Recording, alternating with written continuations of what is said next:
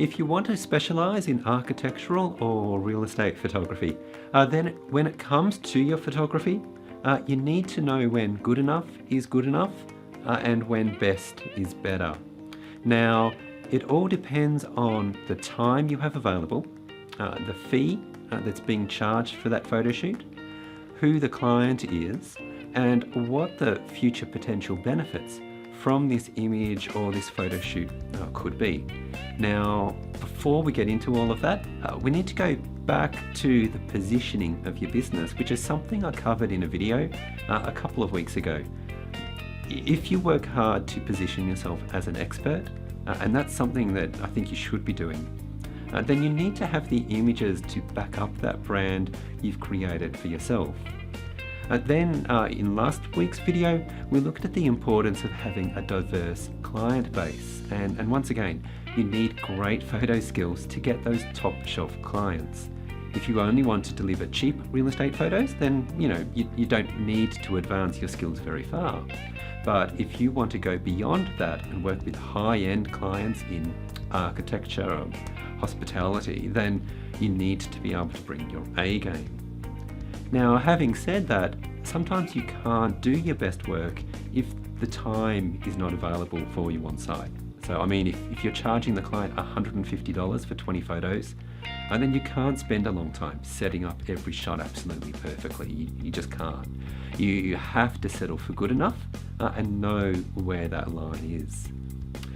So that's where the fee that you're charging the client comes in, because when you're charging $7 per photo, then you're going to have less time available to set up a shot than if you were charging $200 or $300 per photo. When you're charging those higher rates, then absolutely put everything in, spend an hour setting up the lighting for a single image.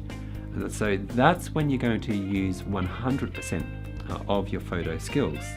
But when you're charging a lower fee, then you might only use 60% of your photo skills. Of course, who the client is can make a big difference here as well. And maybe for certain clients, being best is better. So for example, if you have a client who hires you for a small photo shoot, but there's massive potential for future work in a way that will really advance your business, then absolutely rock that photo shoot, right?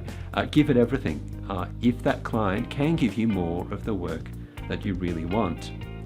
So my final point about the future potential benefits from an image comes into play here. So if you're doing a small real estate shoot, but there's something special about the home that you're shooting, or maybe the way you've composed a shot, and you know that if you bring 100% of your photo skills to this particular image, then it's going to give you something amazing for your portfolio, then absolutely go for it. I mean, we don't get those big opportunities for spectacular images all the time. And if you can use that image then to advance your career, then give it 100% and spend that extra time setting up the shot. What you need to be able to do though is differentiate between ordinary and amazing. So if it's an ordinary photo shoot, then good enough is probably good enough. Though I will note that even good enough still needs to reach a certain standard.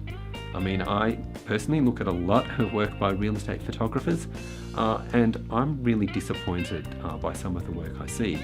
So delivering good enough work doesn't mean awful work. It means good enough that it helps the client, and you need to know where that line is and be able to meet that level of quality within the time frame that your fee allows. So if you currently deliver good enough work, but you want to advance your skills and move from average photo quality to above average photo quality, then you can absolutely do that. In fact, I would encourage you to do that because I know it will be the best option for you, but make sure your pricing matches that change in image quality as well. So as you learn and grow and your photo skills get better and better, and you want to spend more time on shoots, or maybe spend the same time but bring more value to your clients, then make sure your pricing goes up as well. But we'll cover that in more detail in next week's video. So this has been Darryl Stringer, and I'll see you again soon. Bye for now.